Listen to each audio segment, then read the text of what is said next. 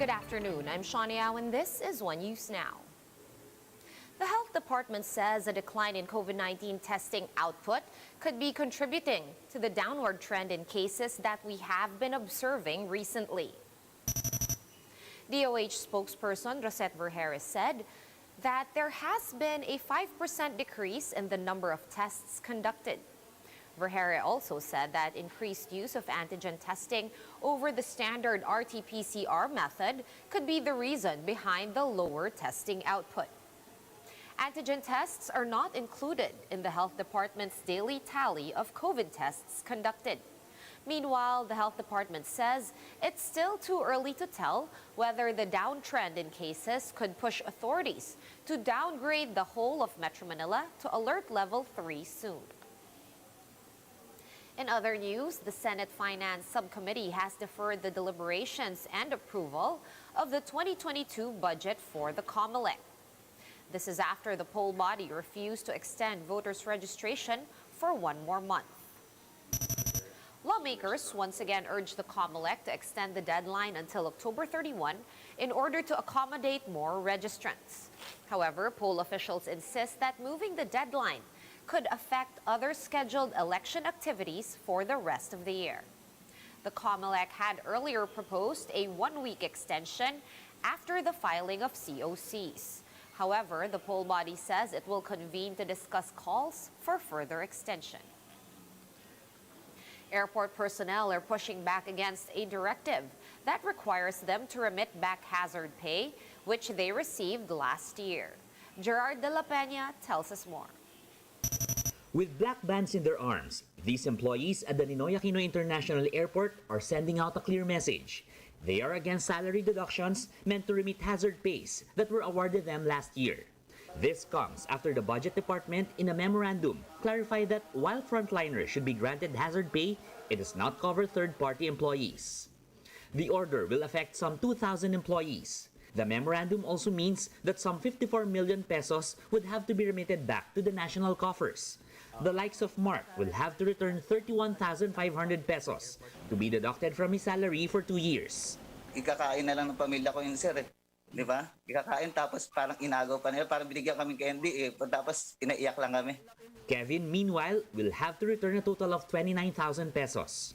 Frontliner daw po kami noong 2020, kaya binigyan po kami ng hazard pay. Sakit sa part namin na bigla pong gaganunin kami, parang nagamit po kami para hindi po maparalyze ang airport. LServe Corporation, which employs the outsourced employees, has been in coordination with the Manila International Airport Authority to arrive at a favorable solution. The affected employees have also sought help from the Labor Department. The MIAA declined to comment, but LServe Corporation said that the agency has been fighting for the benefits of employees, outsourced or not, who have been on duty since the start of the pandemic.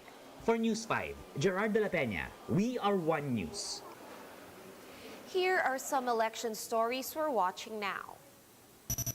JV Ejercito has formally announced his senatorial bid for next year's elections. Ejercito said he will continue advocating for universal healthcare as well as infrastructure development in the country.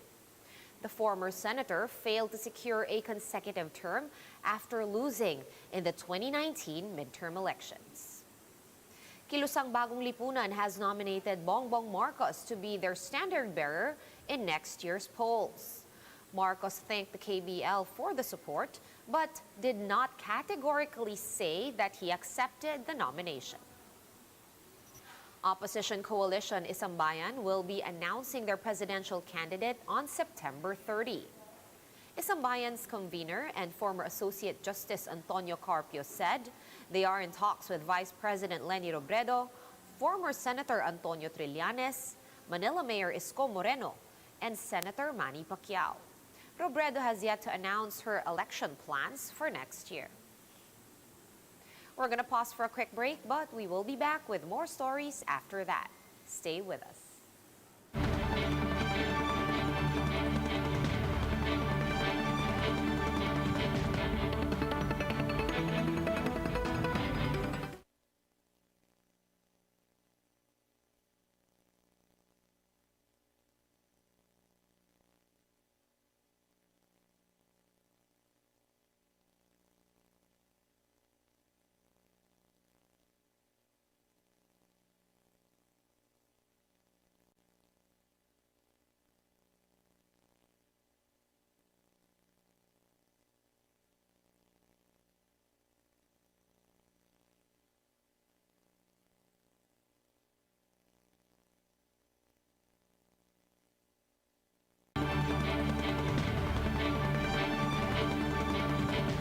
are still watching One News Now. I'm Sean Yao. COVID-19 numbers are improving here in Metro Manila. The Octa Research Group says we might be due for a merrier Christmas this year, but only if we don't let our guards down too early. Here's the report. Just last week, the average weekly tally of new COVID cases in Metro Manila hit 5,800. This week, the average went down to about 4,700 based on Octa's tally. That's a 20% decrease week on week. Even the reproduction rate, or the R naught in Metro Manila, saw a significant reduction over the past 7 days. Now, the reproduction numbers also decreased down to 0.99 in Metro Manila. That means the rate of infection has gone down, or the net rate of infection has gone down. And this is what we want to see, because moving forward, we hope that this trend will continue and that cases will continue to go downward. But as the group always says, we still shouldn't put our guards down since the threat of COVID-19 and its highly contagious Delta variant still persists. But we're not out of the woods yet. I want to make it clear that cases are still at a high level. We're still getting more than 4,000 cases per day in the NCR. Hospitals will still be full for some time, and ICUs. Other areas outside Capital Region are even showing lower R naughts than NCRs. But certain areas in the north, specifically in Regions 1 and 2, are still recording higher cases and reproduction rates.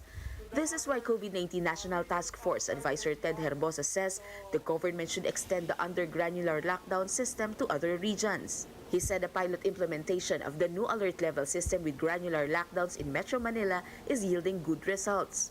Herbosa added that it's senseless to lock down entire cities and provinces since LGUs need better control over the movement of their residents. The figures speak for themselves. The fact that after 1 week, our numbers did not rise might be a sales pitch for using the alert level system and granular lockdown in other regions as well.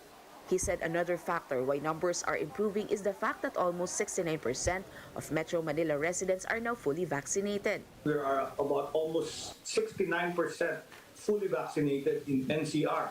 We have a lot of individuals with 2 doses and a larger number, that's about 82% with at least 1 dose. The Octa Research Group even said we might see a merrier Christmas this year. That's if we continue practice and strictly observe the necessary health protocols. I sincerely believe that. We've been watching other countries that managed or that battled the Delta variant. And what we're seeing right now, there hasn't been a resurgence in these countries, in India and Indonesia and other countries. So this gives us hope that once we're over this surge with the Delta variant, especially in Metro Manila and Calabarzon, that it will, continue on towards Christmas and we'll have a Merry Christmas. For News 5, Jem Avancenia, we are One News. Let's take a quick look at today's other top stories. The Interior Department urges local governments to prepare for the impact of La Niña. This is after forecasts showed a 70 to 80% chance of La Niña forming in the last quarter of 2021 until the first quarter of next year. The DILG said LGUs should ensure COVID-19 protocols are integrated in their disaster response. Abra, Baguio City, and Bohol have all been placed under general community quarantine with heightened restrictions starting today until the end of September. Abra and Baguio City were initially under GCQ, while Bohol was under MGCQ. Meanwhile, Ilocos Norte will be de-escalated to GCQ from GCQ with heightened restrictions. Miss Universe Philippines candidates left netizens in awe after showcasing their vibrant national costumes created by Filipino designers. This year's theme centers on the Manila Carnival Queens. The pageant's grand coronation events will be taking place in Bohol from September 26 to October 1. For more updates, visit News 5, The Philippine Star, and Business World online. Visit our website, onenews.ph, for more in-depth analysis. You can also catch One News on the Signal Play app. Register for a free account at www.signalplay.com and stream One News live anytime, anywhere. Masks on, wash hands, and stay safe, Philippines. I'm Sean Yao. We are One News.